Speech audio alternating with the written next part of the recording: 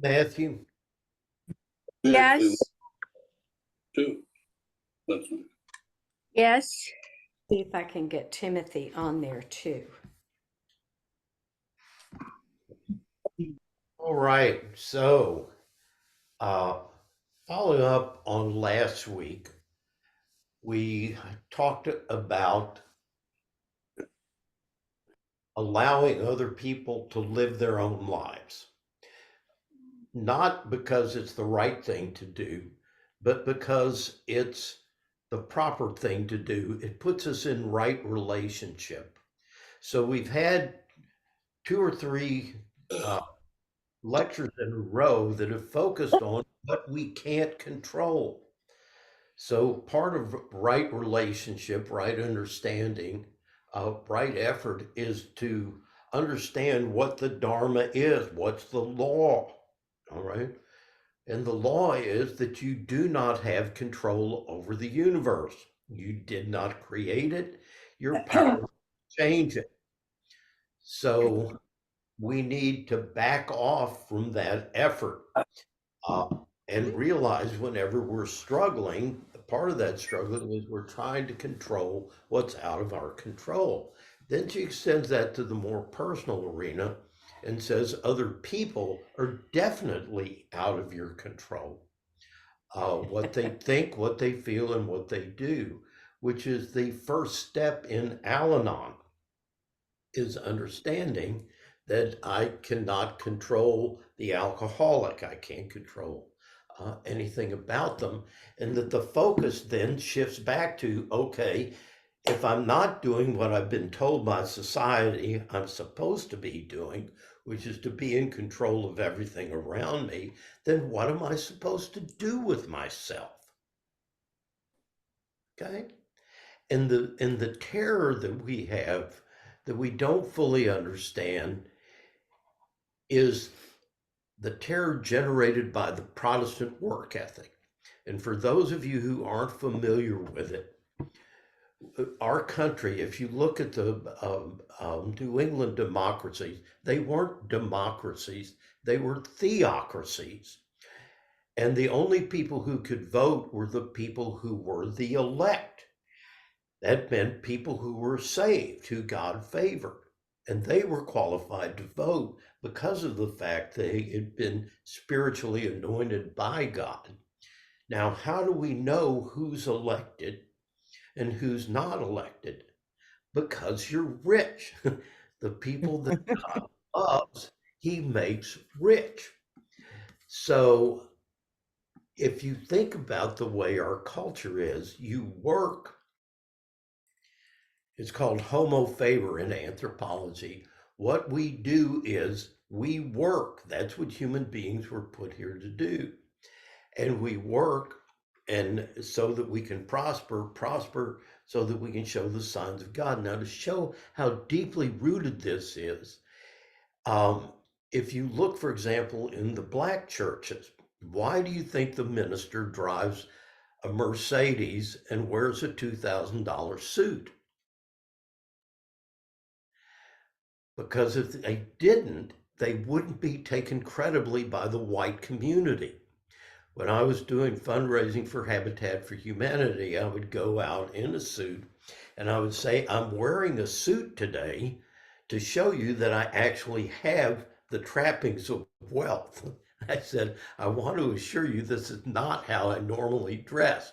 And I would take my coat off and I would say, and in the immortal words of the prophet Lenny Bruce, the Jewish prophet Lenny Bruce, who you may remember as the first blue comedian, any minister with more than one coat is a charlatan.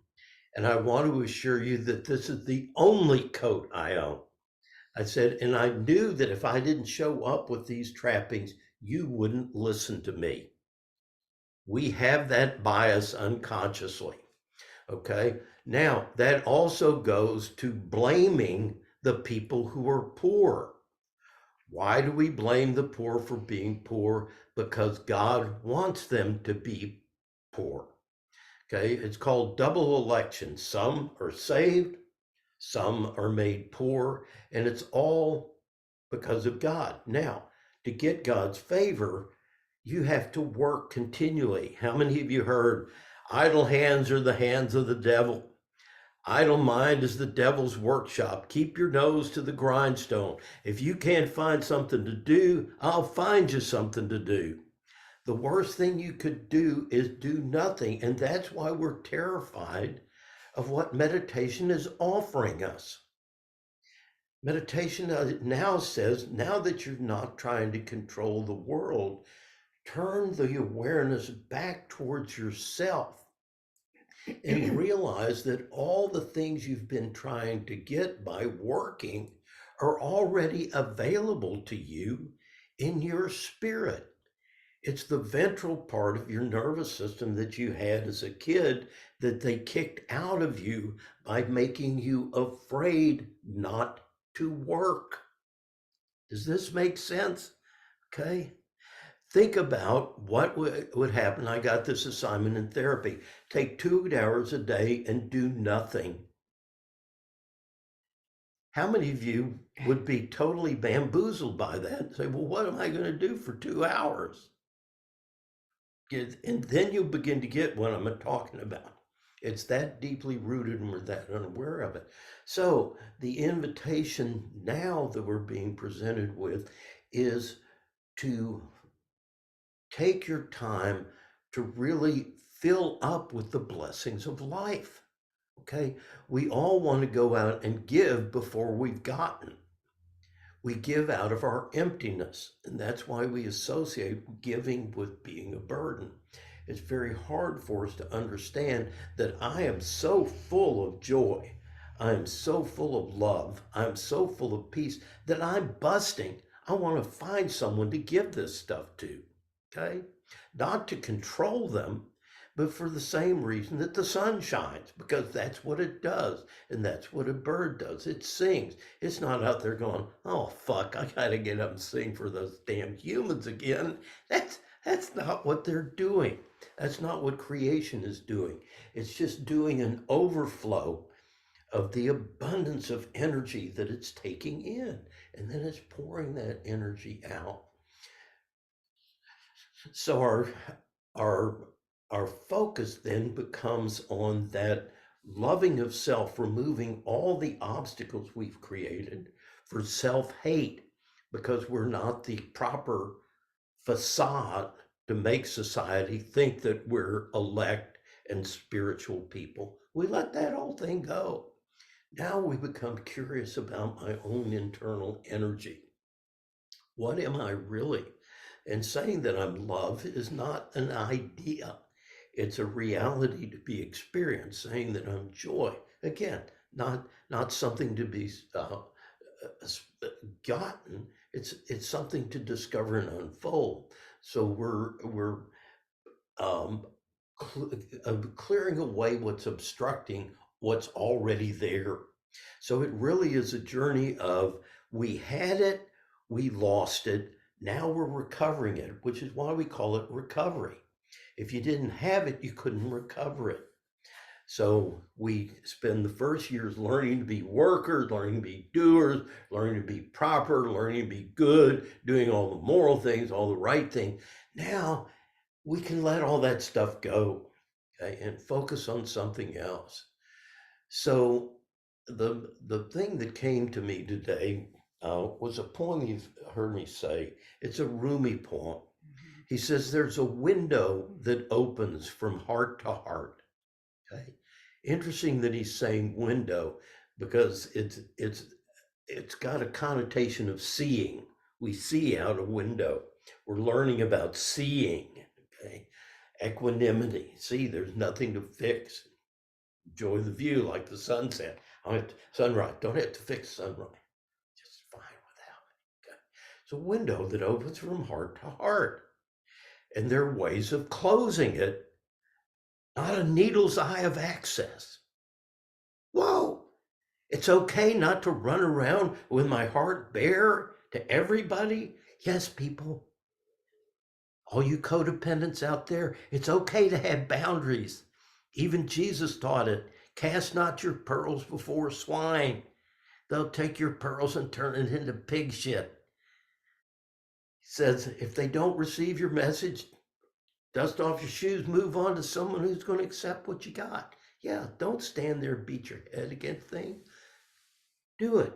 If they're not there, close. If they attack you, close. It's a window open between the heart. And there are ways of closing it, not an easy side of access. Sometimes both ways are appropriate. Equanimity, knowing when to open, when to close. The greatest ignorance is not to know about this window. The greatest ignorance is not to know about this window. When houses live side by side with windows open, that's the embrace we want. Does that mean I've got to marry you?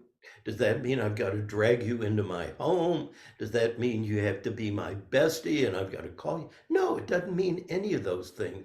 It means we open our windows to let the flow between us happen.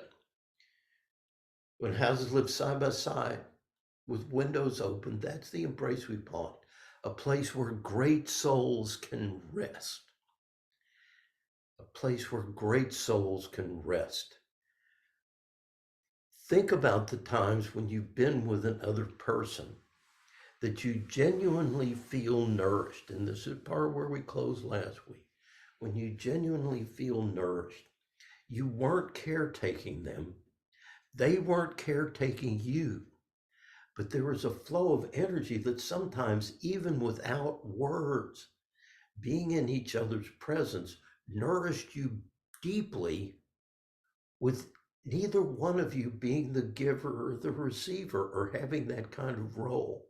That's what Rumi says, out beyond ideas of wrongdoing and right doing. We have to go there. That's where equanimity is. There is a field. I'll meet you there. It's the only place I can meet you, when I let go of right doing and wrongdoing. When I lie down in that field, even the words each other make no sense. Make no sense. So this is the invitation Sharon's giving us today, further exploration into equanimity and the capacity to be nourished. An answer to our burnout is to quit taking care of other people. Take the time to land in the present moment. Take the time to open your heart with compassion. And instead of giving, learn the art of giving and receiving simultaneously. So let's see what you got to say today.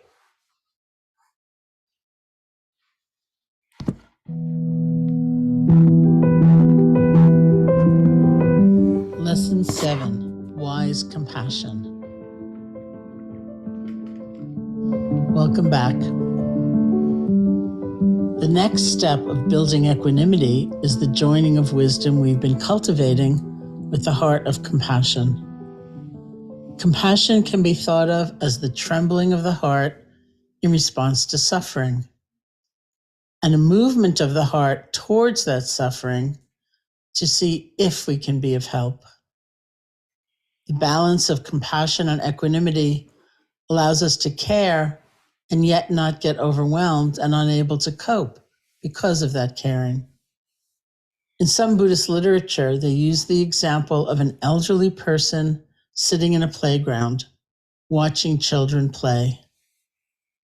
By the time you've lived 50, 60, or 70 plus years of life, you've likely seen a lot of change. And most likely, you've had a lot of letting go.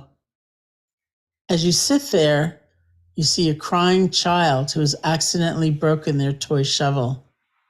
How do you respond? You're not cold and mean. You don't go up to the child and say, "Hey kid, it's just a shovel. Wait until you have a real problem, like a mortgage or sciatica." Rather, you're warm, tender, kind. At the same time, you don't fall on the ground and sob with the child. You have the perspective of wisdom. You know what? Shovels break. Everything can break. Relationships break. Carefully nurtured plans break. Hearts certainly break. Life can get very hard.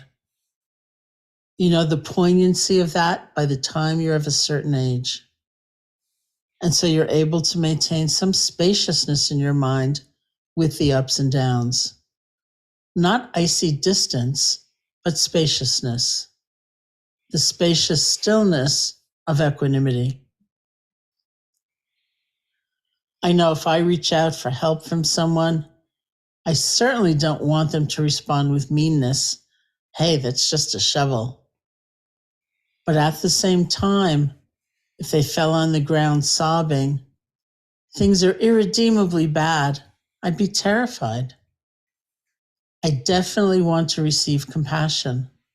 And at the same time, even if it isn't in words, but to sense in their eyes that there is some outlook that is possible, that isn't completely shaped by my heartache or disappointment.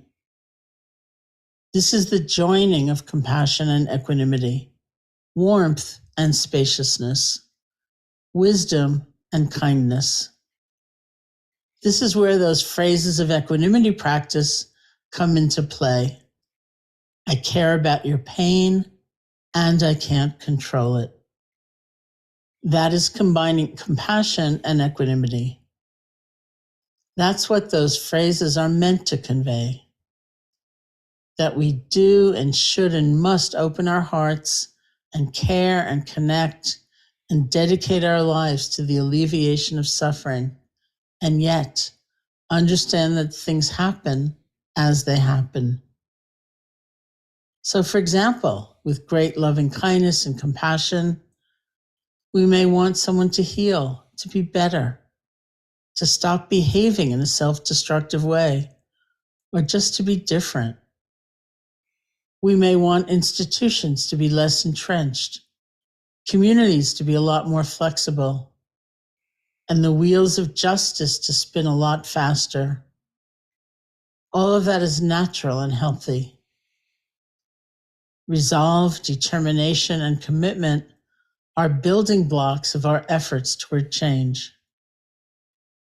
At the same time, the wisdom that underlies equanimity tells us, yes, I will be there and I will try and I will work. But in the end, it's not completely up to me and my will. This is not our world to singularly create. And it's not our prerogative to insist that a person's suffering just disappear. Remember, we don't get that magic wand. This means we need to practice a certain kind of letting go. Letting go doesn't mean pushing somebody away and denying their distress. It's more like having an immense picture of life, and a true one, to mitigate our impatience and despair. True equanimity doesn't weaken our compassion, it actually strengthens it. Compassionate action is then imbued with wisdom, realizing that what we can do, what we can't do, and what we cannot control. Equanimity endows loving kindness with patience and endows compassion with courage. It's not easy to be very present with suffering and not fall into despair, to overcome the feeling of powerlessness or helplessness at fixing things. Yet we can find this balance, and with it, resilience. The combination of compassion and equanimity allows us to care profoundly and yet not become overwhelmed or unable to cope because of that caring. Over the long run, that clarity will build resilience, the ability to bounce back when we have stepped beyond our limits, exhausted, and without the capacity to offer real help. By contrast, it seems, with compassion, you learn to be present for and hold with spaciousness and dignity the pain and suffering of others without fully absorbing it as your own. You can hold this with an open hand and an open heart, and respond and serve in the ways that are possible. But it's important to practice self-care in the midst of it all, so you can keep showing up again and again and again. I continue to try to learn that it's more powerful to give from overflow than to give from a place of depletion. A distinction is sometimes drawn between empathy and compassion. One definition of compassion in the Buddhist tradition of compassion actually encompasses both. The trembling or quivering of the heart in response to seeing suffering. That's the empathy part. It's a movement of the heart, a movement towards to see if we can be of help. That's the compassion part. Notice it's not a move into the suffering to burn up ourselves. And it's not to definitely be able to fix things as a savior. We might have a genuine moment of empathy, but followed by fear or a sense of overwhelm or blame. Those are different from the compassionate response, moving towards to see if we can be of help. Caregivers of all kinds are especially prone to burnout. Whether we care for others in our personal lives or professionally, it comes with a unique set of challenges. The sense of being overwhelmed and unable to continue helping is a condition commonly known as compassion fatigue. A strong identification with suffering is often part of the motive for workers in this field. While compassion fatigue is the more common term, Mathieu Ricard, the Buddhist monk and scholar, prefers empathy fatigue. When I led a retreat for caregivers at the Insight Meditation Society, there were mothers and fathers, sons, daughters, and spouses, nurses and hospice workers, therapists, chaplains, medics, and many more. What was striking to me, besides their evident fatigue, was how many of them regarded their service, however difficult or frustrating, as a privilege. It was a beautiful testament to their hearts.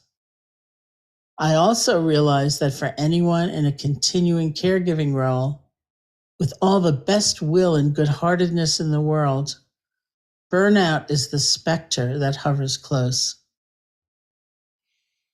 Skillful caregiving depends on balance, the balance between love and compassion for oneself and love and compassion for another, the balance between opening one's heart fully and accepting the limits of what one can change.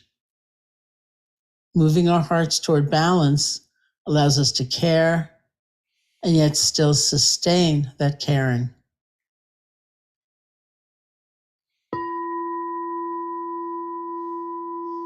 See if you can set aside a few minutes without needing to answer your phone or respond to messages, giving yourself a little space relatively free of distractions.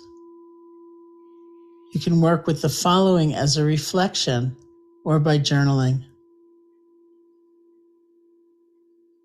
Has there been a time when you have felt exhausted or overwhelmed by trying to help a family member or friend or your community?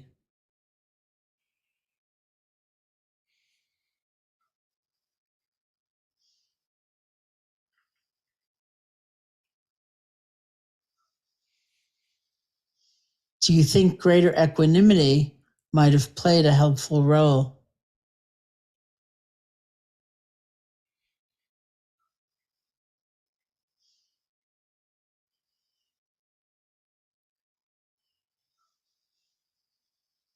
When you complete this prompt, you can close the reflection by sitting quietly for a few minutes, just being with yourself.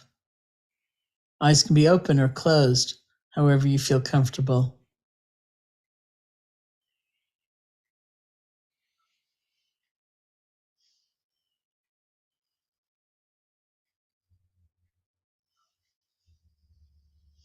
Notice how the breath is moving in and out of the body.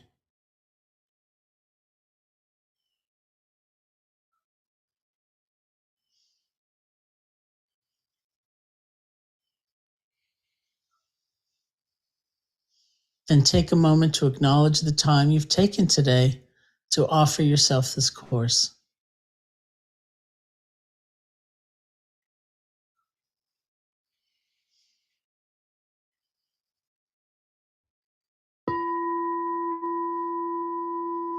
This concludes today's lesson.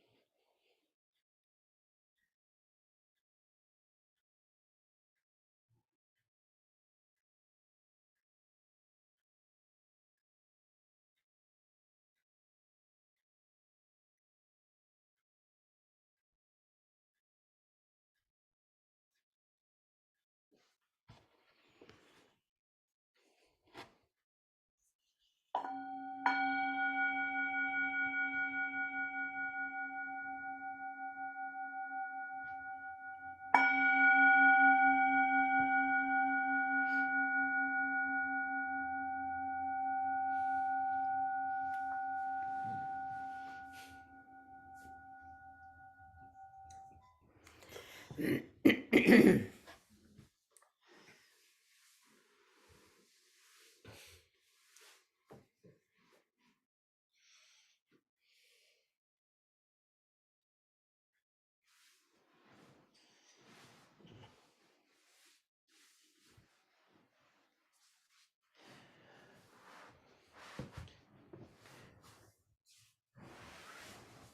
of the things we do in our Zendo with Father Kennedy is to do a prayer before the meals, a meal gatha.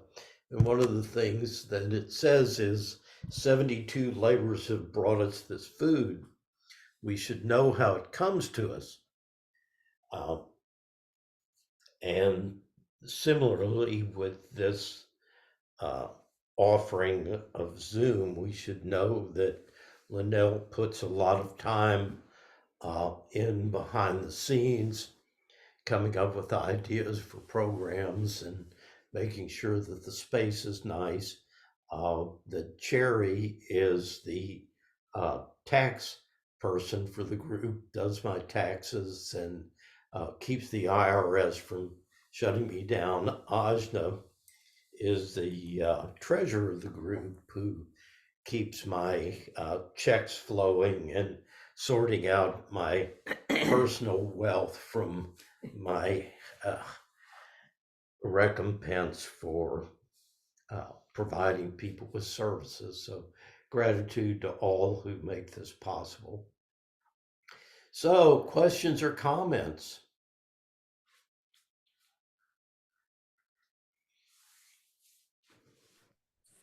Beth is always poking things. Go ahead. I was just gonna say that this has been really good. Bart knows, and we went through something with our oldest daughter about a month ago. She's been in a 12-step program since she was 17 and had a serious relapse.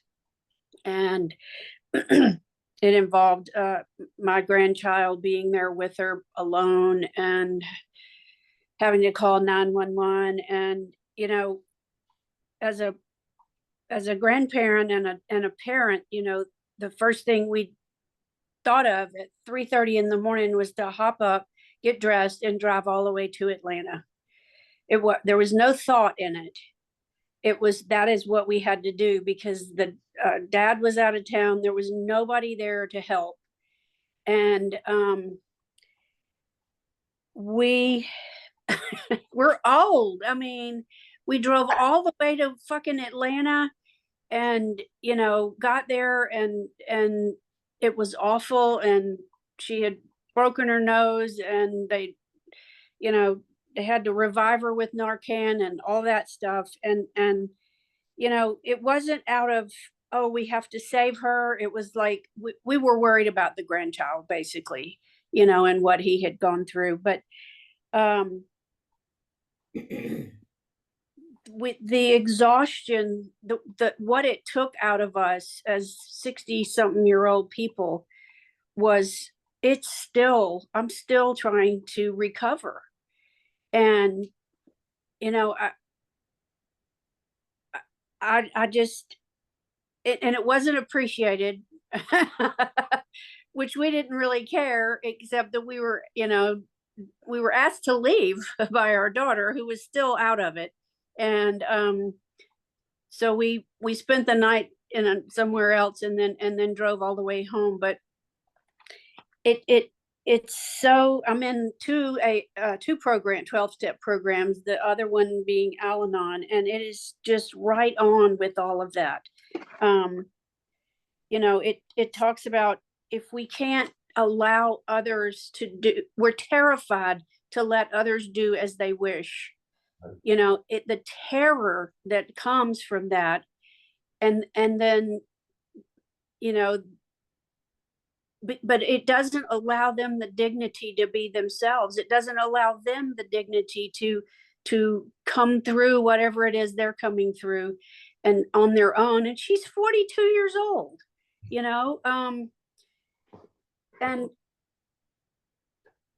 you know, it's just so, it's so insidious, but it's also gives me hope that, you know, there are other powers at work in her life. And I cannot, what did she say? We get exhausted by helping, and there's fatigue and mental fatigue and all of that. And how can I be helpful to myself and to others when I'm that exhausted? You know, and so we have had to let go. She's in treatment. I don't agree with where they sent her. She has a cell phone. She can text. You know, I've been in treatment. That ain't how you supposed to do it. But I'm not in charge. And, you know, I just have to let it go and pray that it works out. And, you know, I'm glad that she's there, and we are coming out of it, and we're just trying to stay in contact with the grandkids a little bit, and pray that they have their own life, and then it'll work out. But this has been really helpful. It's straight out of my Al-Anon stuff, and so I appreciate it. I'm sorry I talked so long, but I'm glad to see everybody. Well, thank you. And, you know, the thing I think with Al-Anon, and I probably spend more time going to Al-Anon meetings than AA meetings, um, is that it this plugs in so perfectly with how to detach with love, which is the phrase, detach with love, not detachment as a cold disconnection, but continuing to send that love out the window. One of the things I use a lot is an example from Scott Peck, who some of you will know from the early days. His book was one of the first spiritual psychology kind of blendings. And he talks about his internship and going to his supervisor and saying, I am just absolutely burnt out. Um, he says, I don't know how I can keep doing what I'm doing right now. Supervisor would say, yeah, wow. Sounds like you got a real problem there, Scott. And he said, yeah, I really do. And he comes back the next week and he goes, you know, I'm working 22 hours a day, it seems like. He says, I'm getting no rest. My wife's starting to complain. Uh, wow, Scott, that's really serious. What are you going to do? I don't know what I'm going to do. And finally, he comes in. He's so frustrated with his supervisor that he blows up at him. He says, "What the hell are you doing?" He says, "You're not giving me any supervision at all." He says, "I come in here every week and tell you I can't manage my time, can't manage my clients, my marriage is falling apart, my health is falling apart, and you don't say anything." He says, "Yes, I do, Scott. Every week you come in and tell me the same thing, and I say, sounds like you've got a problem. What are you going to do about your problem?" Not my problem. I can't fix it. And that's where we get rope-a-doped. The rope-a-dope is that people come in and hand us their anxiety. Oh my God, the sky's falling. And we get right into the middle of it with them. Oh my God, you're right, the sky's falling. What are we going to do? How can I fix? Remember, part of what I said, I started heading us towards last week is we don't fix. Like you said, I drive all the way to Atlanta in this gesture of care, and they say, we don't want you go home. I mean, that was the most elegant teaching of today, is that, that caring that's not being received gives light to how much we feel that compulsion. There's a guy named Mark Nepo who is a Buddhist writer now. And one of the first things Linnell sent me was one where he says, we feel that compulsion to show some sign that we care. And he calls it a compulsion. He says it's as strong as the desire of an addict to drink We can't not respond. And he said this will show up in a simple thing as I'll be away at a business conference. And even though no one expects me to call, I go to great lengths to find some way to make that phone call to let people know that I care about them. And that's what I'm saying about until we stop, until we stop acting automatically on that impulse to register some sign of our concern, we don't realize how much anxiety is behind it. How much we're not as much genuinely concerned with them as we are concerned with relieving my own anxiety to show that I care. That's mine. And when that gets flipped back around, then we can finally rest and go, I'm going to deal with my anxiety. Why is it so hard for me to not show that I care by trying to fix what's wrong? Bart, I have a question for you, and it is related to all of this. In my training, I learned that compassion plus wisdom equals skillful means. Yeah. And compassion, you know, we have all these different exercises for developing compassion, like Tonglen, for example, to help develop your compassion. But in all the trainings that I've taken, there doesn't seem to be anything beyond meditation to help develop the wisdom. And I remember my teacher saying, you know, in many different retreats and whatever, that without the wisdom, your compassion is not skillful means. Because you are, too many things can go wrong with that. Yeah. And I keep thinking, how do we develop the wisdom that we need to go with the compassion to develop the skillful means? You know, Paula, just like so many of us, you know, the compassion just springs forth. You're just filled with compassion.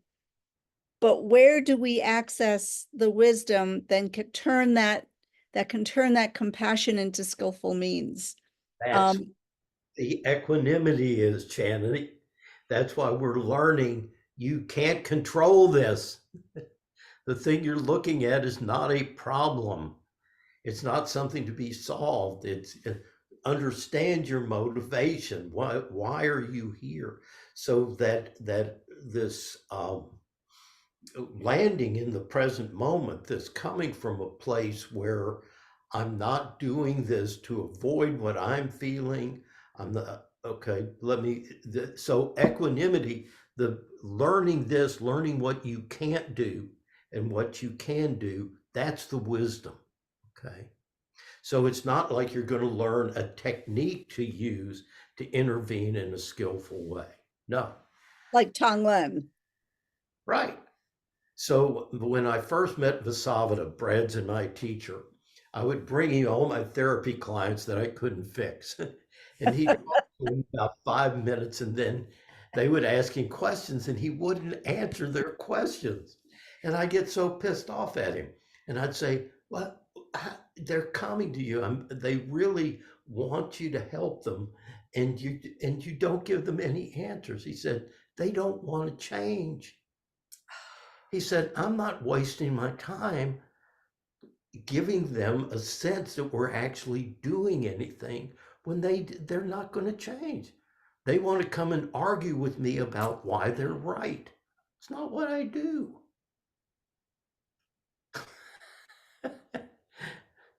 Yeah. Drew? That was wisdom on his part. The wisdom was, I'm going to shut up. You keep on talking. This reminds me so much of the How Can I Help book that we looked at, the Yes. Alan Watts. It just comes over and over. All the stories in there are all about wisdom. Yes. They're all about how to put the wisdom in with the compassion. And I'm almost overcome with emotion here because I'm dealing with how do I help my wife deal with the puppies when we have so many things going on? And it's like, no, that's the wrong question. That's right. There you go. Ask the right question. That's Rilke, living in the questions. So thank you so much for this session. This has just really been helpful for me. Well, good for all of us. I mean, who was it who said? Beth said, I don't remember what we did last week. This is something I get weekly reminders on. It's that essential to the work we do to bring the focus back to taking care of your body, your self-care, doing your lymph massage, doing your 10 minutes of morning walk in the sunlight. This is the skillful means. The Tonglen, the meditation. Meditation, sharpen your tool, fill yourself up, nourish yourself, feel that sense of abundance, not just as an abstract concept, but live in the abundance of the sunlight and the abundance of the bird song and the abundance of the feeling of your feet in the grass and the feeling of the shower on your skin. Take in all that nourishment that life pours out to you so generously. And in that mindfulness, I literally imagine having a valve that goes intake. Okay, right now, Bart is offline as far as taking care of anybody. Right now, the Dalai Lama calls it healthy selfishness. Now I'm going to drink deeply from all the blessings of life. Now output. Okay, now I'm topped off. Now I'm going to go out. So many times those resistances in the morning, got 12 appointments today, and the thought comes up, but I know that once the pump gets primed, that the energy is going to flow in the session. Okay, it's going to be self-sustaining, but it helps to come in. The days are best. Like today, I didn't have it. I stayed in bed. I took a shower. I didn't do my normal routine because I woke up, everything in my body hurt. So first step, take care of you, then come in. All right. So that's got to totally undo everything we learned about work and learn first here. And we say that in Al-Anon. The mask falls down, you got a baby in the lap. Who gets the mask first? You. You. Yeah, that's skillful means, Channy. Yeah. First me, I then carry that peace, love, and joy. Your peaceful presence in a room makes you a healer, period. This is what we call limbic resonance. Your brain, our brains are synced. If you spend 2 hours in a room with people, like in an office, your brain waves sync. When you're in a meeting, your limbic systems sync. And it's one of the way 12-step meetings and sanghas work. When you're with calm people and you're an anxious brain, their calm brain, calms you down. Okay. And some of you know what I mean. You walk into a meeting crazier than a shithouse rat. You don't even talk, and you're feeling better, and you're going, how he do that? We're learning now the science behind this. So to us, the idea that, well, Bart, what do you do all day? And my answer is simple. I let peace, love, and joy flow through me into everything I do. Well, you're not doing anything. Yay! Thank you, Jesus! I've landed. You're right. I'm not doing anything. Well, then who's doing it? Well, we used to call it God. Now we just call it universal life force energy. Trust it. It's pretty good. Is this making any sense? No. I just, Galen, just wanted to say, and yes, you're making wonderful sense. So thank you for that. How much, and Cheney, whenever we were talking about what we can do, I watched um, I watched all week and listened to wonderful speeches with the Democratic convention. And I kept thinking about what we said, where that had so much power over who I was in my life for so long, but finding that way to still feel like I'm present and still put it like the rock. I'm not going to fix it, but I sure felt better after listening to some very powerful speeches and know that I don't have to let go of that part that wants compassion and empathy and where we are in our country. And I can do that without taking it on and becoming so depressed, and live in the negative rather than in the positive. I just feel like what we've been working on here, and particularly last week, it gave me a framework to approach Great. a very difficult time. Yeah. I like your thoughts. I feel the same way. There was a long dry period in which the forces of negativity seemed to dominate the airwaves. And all of a sudden, we've got a very pleasant change with a lot of positivity jumping out of the media. And hooray. And what a contrast it is. Yeah. Well, Linnell, you want to read him that reading? Have you got it Okay. handy? I do. She came across a reading that speaks directly to this week that she's been sharing with her people, and it comes from Sharon Salzberg.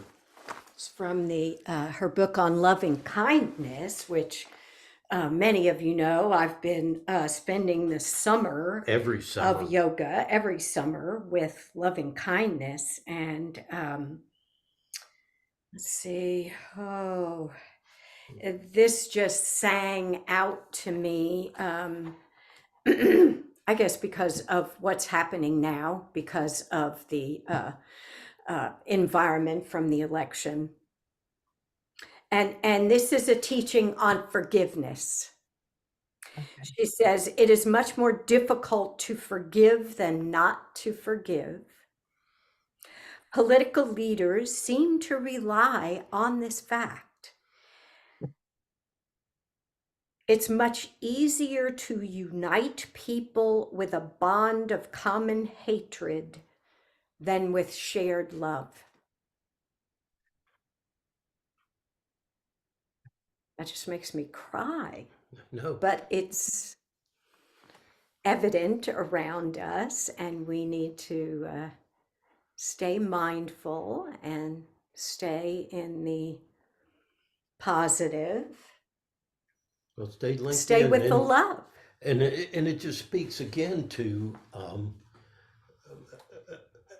being an example of presence that models for people. When I go into a Zendo and I look across the room, that person is a Buddha to me.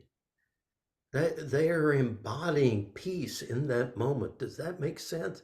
And any of you who've meditated with people know how you fall in love with them just by sharing that non-anxious presence, and it radiates through. That's how I fell in love with her. We met at a silent retreat, and she was sitting over here on my left, and I'm watching her window open and close. It's like the light comes on, light goes down. She had just come from her first yoga retreat in Costa Rica with Ken, and so she's getting her first kind of spiritual awakening and opening. So she's over here like that, and like that, and like that, and never spoke a word. never spoke a word, but had that very definite sense of what her spirit was like. And that's what we share through these visuals, that I love seeing your faces and how beautiful you are and how much I come to love you and want to be with you more. I start grasping after more of your presence. I get greedy. Mo, and each one of you. So let's sing out our Okay. joy, peace, our love. Right. Take a deep breath in. Oh.